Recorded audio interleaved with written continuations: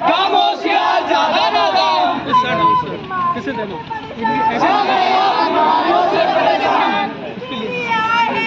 इसीलिए आए हैं हम आप सभी को बताने हमारे अपने समाज में फार्मासिस्ट का योगदान हुआ है अंधेरा हुआ है अंधेरा ना तुम्हें कुछ दिखाई देगा जब तक पिछड़ी सोच का बढ़ना आंखों में रहेगा आज मिला है मौका तो फिर करके कुछ दिखाना है हमारे अपने समाज में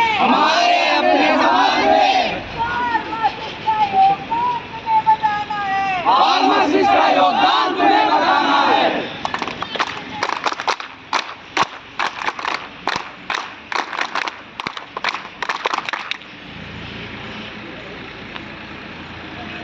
तो हम आ गए हैं अपने पहले दृश्य के साथ जिसमें आपको फार्मासिस्ट का योगदान के बारे में बताया जाएगा। बकड़ बम बम बकड़ बम बम बकड़ बम बम बकड़ बम बम बकड़ बम बम बकड़ बम बम 20 सालों से दवाई देना है इनका काम। बाबा दिलाते हर मर्ज से आराम। बाबा जी की जय।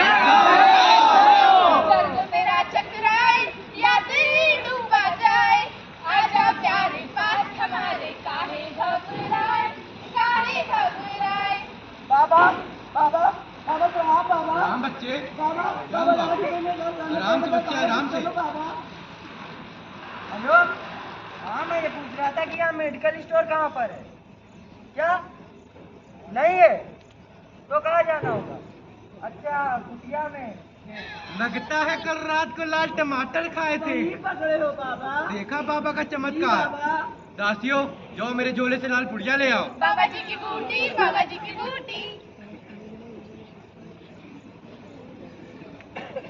ले बच्चे ये दवा रात को सोने के बाद उठने से पहले खा लेना ये क्या चल रहा है यहाँ पर दवा दे रहे हैं कैसी दवाई दे रहे हैं आप अरे अरे क्या हुआ भाई क्या हुआ ये नकली दवाई दे रहे हैं हमारी दवा से तो आज तक किसी को नुकसान नहीं हुआ नकली दवाई ऐसे हर कोई को दवाई नहीं दे सकता दवाई से तो एक्स्ट्रा फार्मासिस्ट ही दे सकता है नहीं आप इससे मैं भी नहीं चेक करता हूँ बन जाता था जिससे फार्मासिस्ट ऐसे कैसे क्या हर कोई ऐसे फार्मासिस्ट बन सकता है रजिस्टर फार्मासिस्ट बनने के लिए कड़ी मेहनत और पढ़ाई लिखाई की जरूरत होती है ऐसे हर कोई रजिस्टर फार्मासिस्ट नहीं बन सकता अरे क्या हुआ प्रणाम सरपंच जी बना बचवा क्या हुआ आज इतना समय होने के बाद भी हम ऐसे ढोंगी बाबा के चंगुल में क्यों फंस रहे हैं क्यों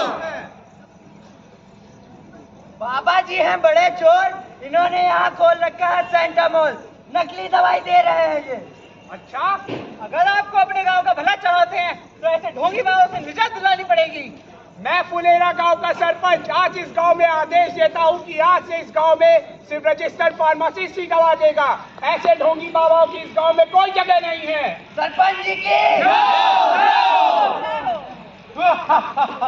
चीन टपाक डमडम अगर मुझ जैसे ढोंगी बाबाओं के चंगुल से बचना है ना तो हमेशा रजिस्टर्ड फार्मासिस्ट से दवा ले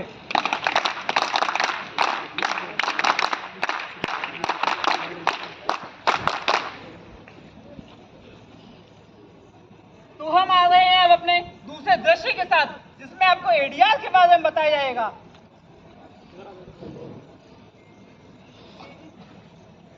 भैया दवा दे दीजिए जरा आपको ये डॉक्टर ने दवा दी है इसको आपको सुबह खाली पेट लेना है इसके साथ आपको कोई दूसरी दवाई नहीं लेनी ठीक है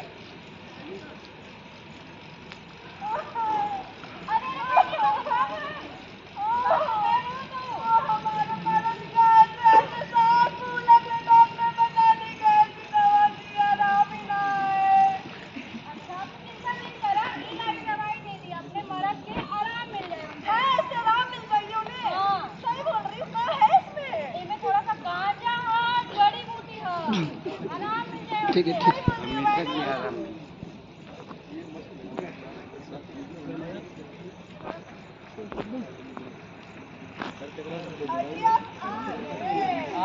दवा खा लिए खा लो ये क्या है इससे तुम सही हो डायरिया फूल तुम्हारी जिससे अरे है क्या इससे समझ लोगे से सही हो जाओगे अरे फार्मेसी वाला मना किया है जितना बोला मैंने उतना क्या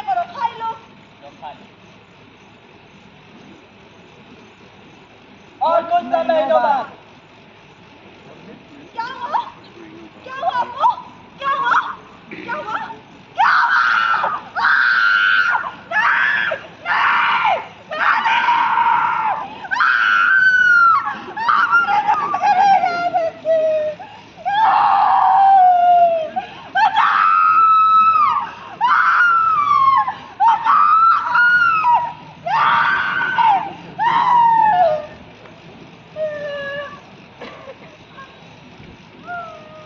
देखा देखा आप लोगों ने, ये होता है फार्मासिस्ट की बात ना मानने का नतीजा।